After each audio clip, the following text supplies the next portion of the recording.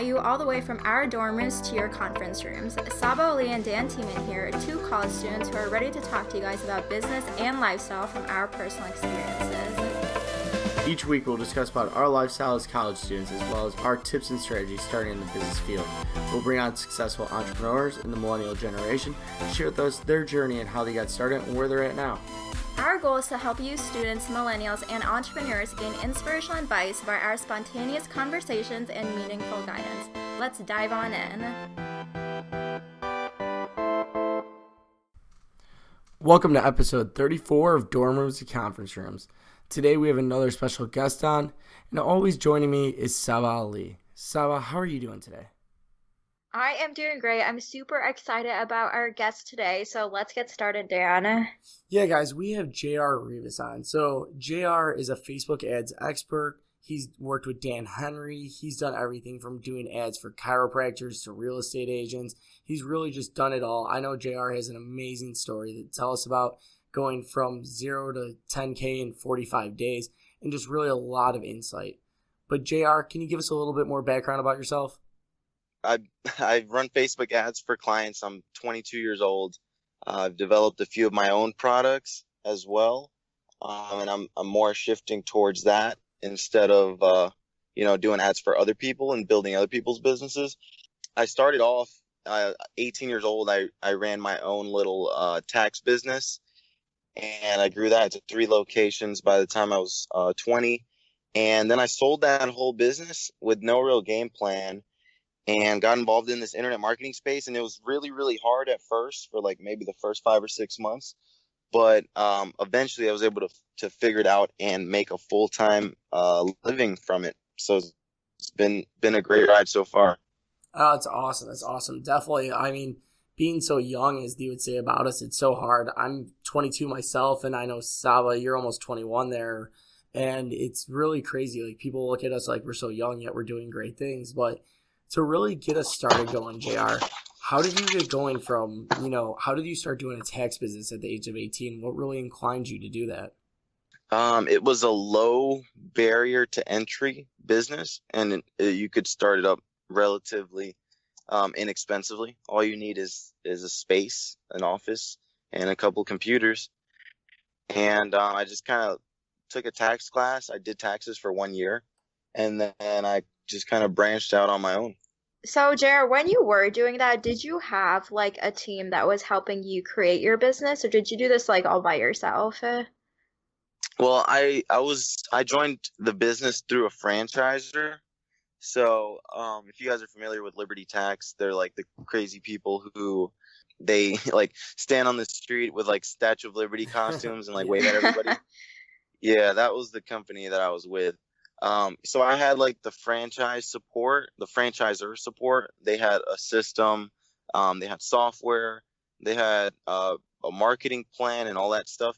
So it was just kind of being coachable and kind of just talking to the people who were the most successful in the company and doing what they were doing.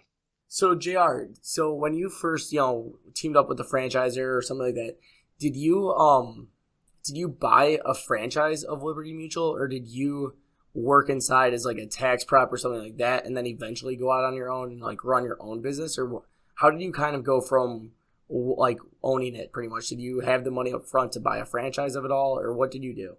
So it's kind of a weird story because it's not like replicatable, I guess you can say, or duplicatable. But basically, I just kind of got interested in the business because I had planned from the beginning to open up my own. That's the whole reason for me doing this whole tax thing. And I ended up like inquiring to the company about what it takes to own a franchise, not really seriously, just because I was curious. And the guy I was working for kind of saw this, and then he was like, hey, I'm looking to sell one of my offices. He had 3. So if you'd be interested, I maybe we can work out like a financing deal or something like that. So I said, cool, that sounds good. And I ended up, he wanted about 15 grand up front, which I was 18. Like I had no money basically. So I was trying to get a loan. I was going to like banks, family members and stuff like that. And then, he like the the longer he saw me trying to like get this money unsuccessfully, like kind of the more desperate he got. And then finally, like we worked out a deal. There was a book I read at the time. It was called The Art of the Deal by Donald Trump. And this was back when, like, that book is super old. I think he published it like in the 90s. Yeah. But I read that, and he just kind of said to keep, whenever you wanted, one of the keys to negotiating a successful deal is to decide what you want and just keep pushing. That's basically what I did. And I was like, hey, I can't come up with 15 grand, but I got 5 grand. And the way tax season is set up is like you make all your money at one time. So between January and April. So we close in about August. And I was like, hey, I'll give you 5 grand now and 25 grand in February. So basically it was like a 4-month loan that he gave me to pay him. So I was able to, like, get that 5 grand together. And then he financed me that money. But the problem was, once I gave him the 5 grand, it was literally all the money I had in the world. So I had this office, but I had no money, and I had to like pay rent and stuff.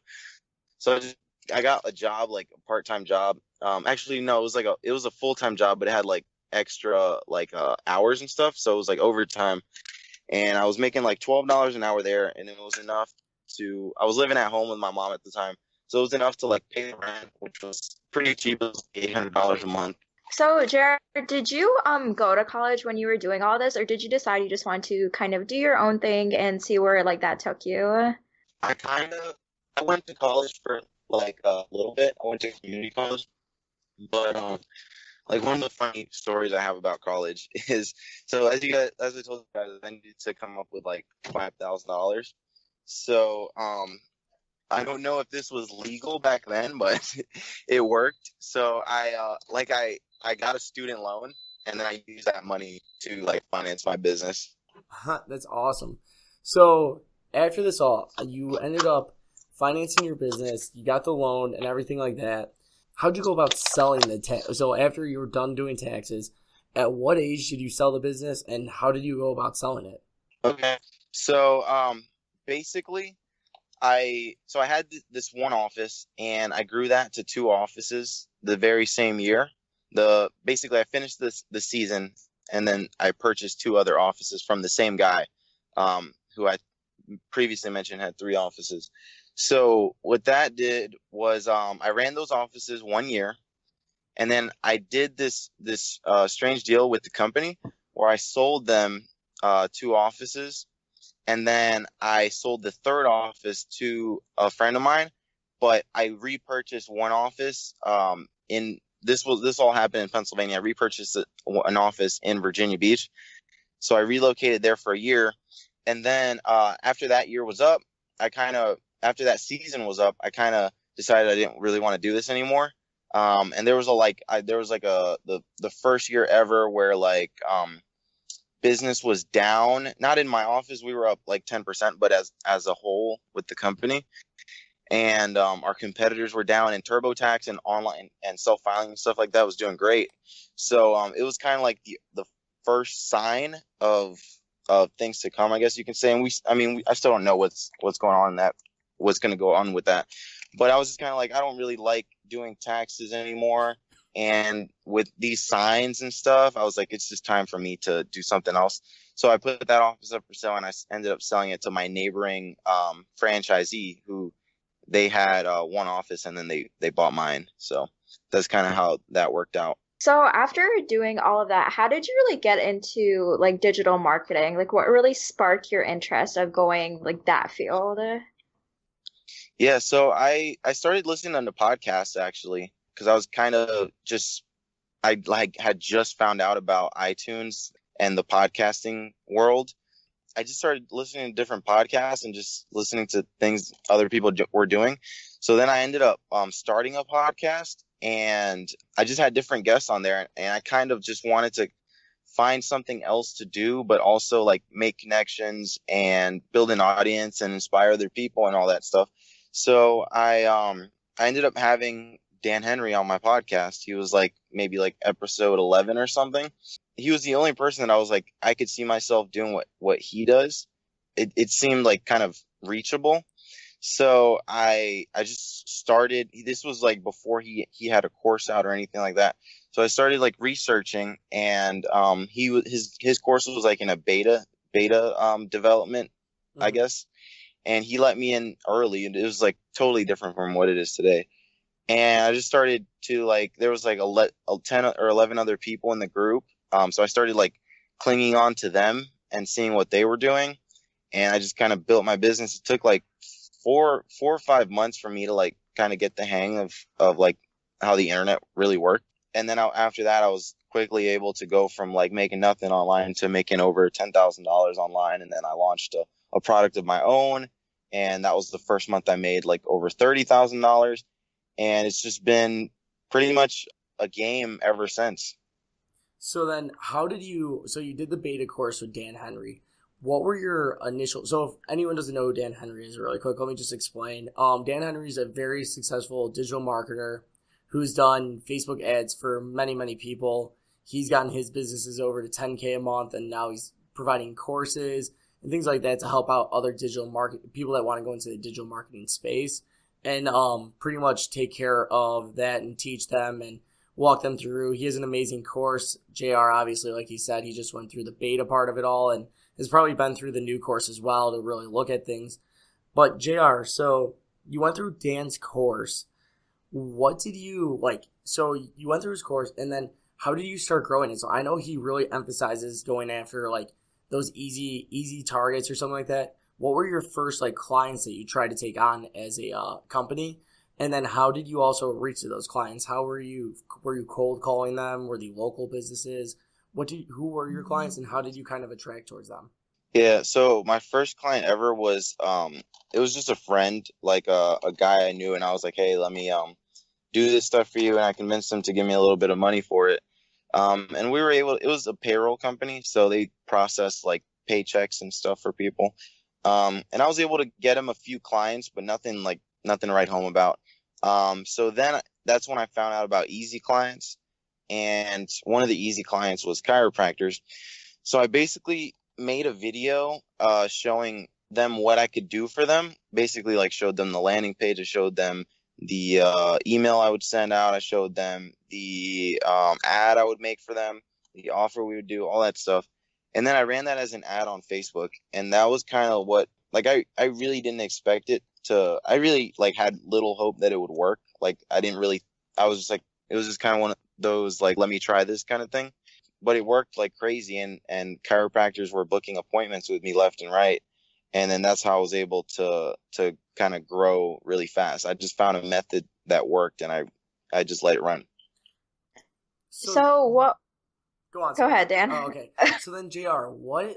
So basically, did you never do any type of cold calling then at all? Everything was just ran through the initial Facebook ad that you created yourself, and then you just let the ad run, and then the clients came from there? Or did you do any type of like researching, cold calling, cold emailing, anything like that? I never do cold calling because I just suck at that. Um, but I've done cold emails have worked well for me. After like this whole thing, I just kind of started looking into other ways, and that worked well. Um, at one point, I was doing like customized videos to people who I really wanted to work with. Just kind of pitching them through video, showing them what I would do for them. That works well if you basically have no other route, because that is extremely time consuming, but it works. So I know if I send out like 10 pitch videos, from that I can get one or two clients. So when you were like starting your digital marketing company and stuff like that, what were some like struggles you had throughout it? Like either starting it or during the entire process? Getting clients. That's why it took me like 3 4 months to get my first client. But this was before. So like I said, the course wasn't what it is today. So today Dan has kind of found a way to work through those problems. But back then, I was like the guinea pig that he used to find a way to work through those problems. So now people like they get on it and they make money like crazy fast, like it's ridiculous.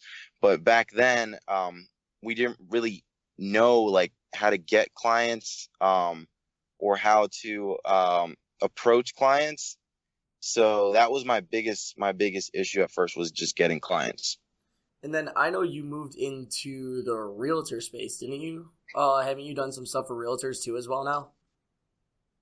Yeah, so my course that I came out with was on running Facebook ads for real estate, getting clients, and also for if you're a realtor yourself. So I started getting, so after I got the chiropractors, I knew a guy that was in real estate who kind of just followed me on Facebook, and he messaged me. So I started working with him, and then I started working with a few other realtors, and I found like a simple way to get them results. So I just kind of posted on Facebook and asked if anybody was interested in learning how to do it. And I ran a webinar um, on the methods that I use.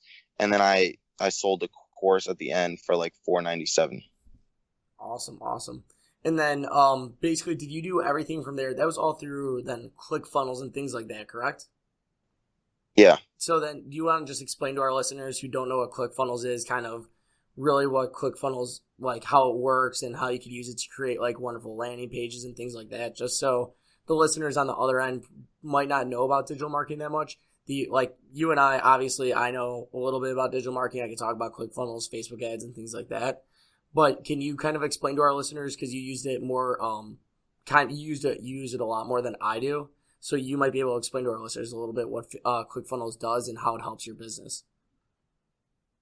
Yes. So ClickFunnels is basically at its core a landing page software. But the reason I like it over something like Lead Pages, and I've used both, and I've tried a few others as well, is because you can set up a membership site in there. So my whole course is hosted in ClickFunnels. You can sell things through there and collect payments as well. So it's more complete than just collecting name, email, and phone number from potential prospects. Awesome. So, where do you see yourself in the future, like taking your digital marketing business? Like, do you want it to be only directed towards like a specific field in business, or do you want to just cater to all types of businesses?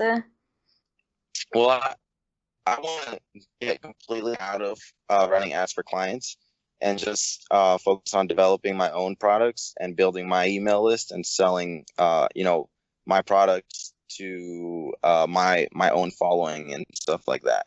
Because Facebook ads is great, but you're building someone else's business constantly when you could just be building your own if you have the building blocks to do that.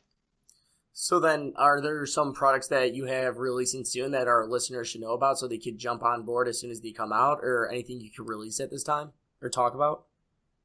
Yeah, so I have my next product is called Affiliate Arsenal. It should be launching in the next week or so. It's basically a product on affiliate marketing. So once I started making money with Dan's course, I started selling his course as an affiliate and selling ClickFunnels, the software, as an affiliate. So my course, it's a mini course. It's just a lower price point product that I'm going to offer for $97. It's going to be all about promoting products as an affiliate, because I feel that's one of the easiest ways to get started online, because you don't have to you don't have to make a product, you don't have to make a sales video or sales page or any of that stuff. Someone's kind of already done that work, and your only real job is to run traffic to their sales page, which seems very easy, but I kind of show how to, make and do research and make an ad and send it to an offer, and how to pick a good offer, find a good affiliate product and stuff like that. It's awesome. Yeah, definitely. I mean, affiliate's something that a lot of people don't even think about because you can make their recurring commission and things like that. So it's definitely something a lot of people need to learn, including myself.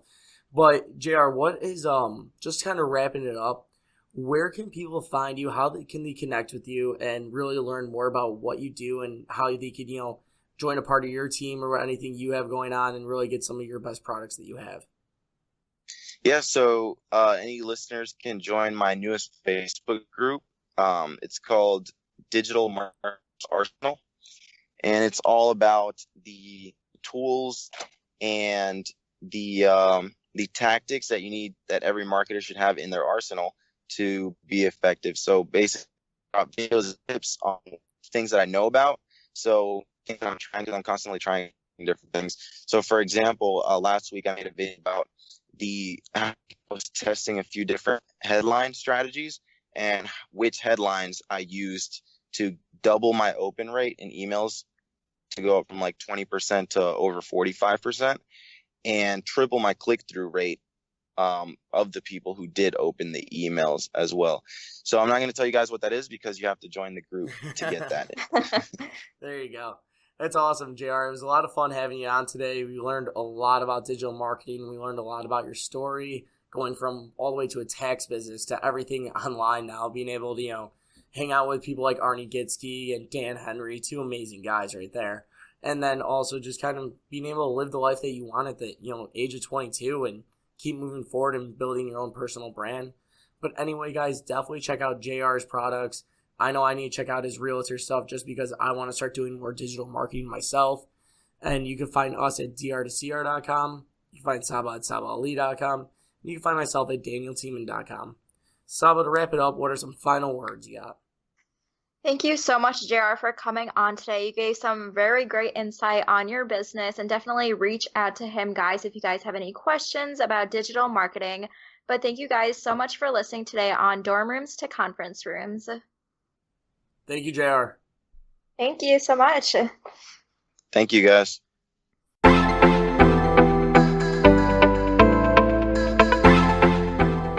Thank you for listening to this week's episode of Dorm Rooms and Conference Rooms. Don't forget to subscribe. Also, if you haven't joined our accelerator program yet, you can find that at livetogrind.com/college, where we connect you with today's latest influencers and experts in their fields.